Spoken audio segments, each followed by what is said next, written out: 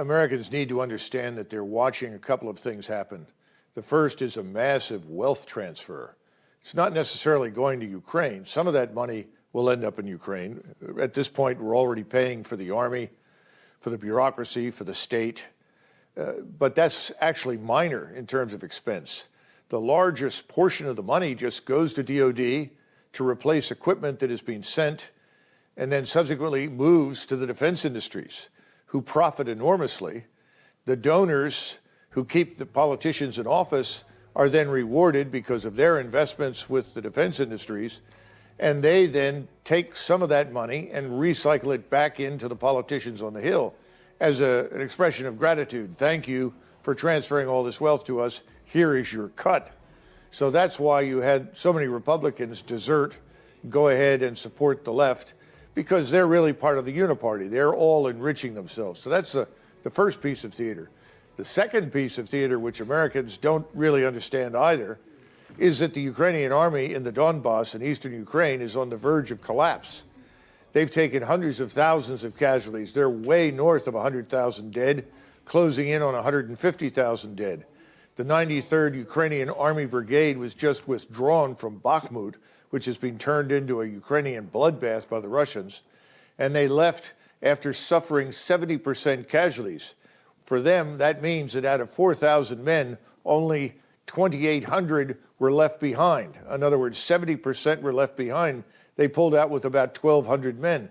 That's a catastrophe.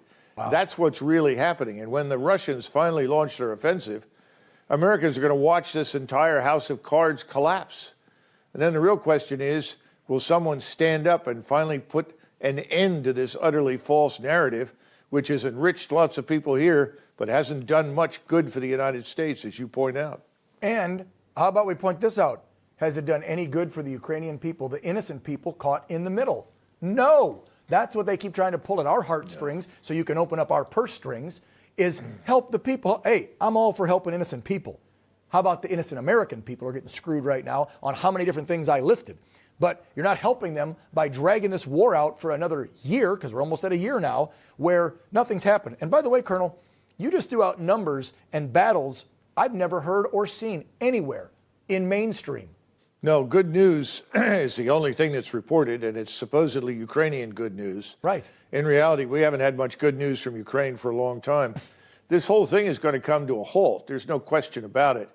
The question is, will anybody notice? Because other than you and a few other people, the mainstream media really doesn't cover this. No. And they could simply change the subject. Yeah, something else President Biden said at the end.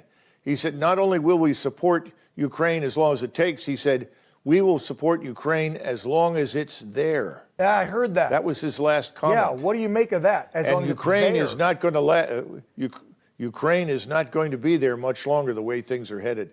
That's the sad truth. Wow. And we don't want to rescue them.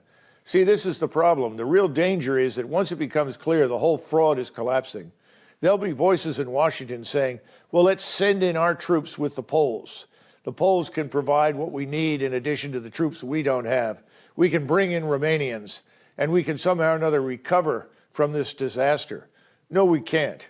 We're not prepared to fight a war in that region against Russia. Russia is prepared to fight a war, however, against us. You don't go into an area when you're not prepared. We don't have the ammunition. We don't have the replacements. We don't have the equipment. This is not the time and the place to do that. So the right thing to do is the thing that we have refused to do, and that is to urge Zelensky, and frankly, since we control the purse strings, simply tell him, stop and negotiate.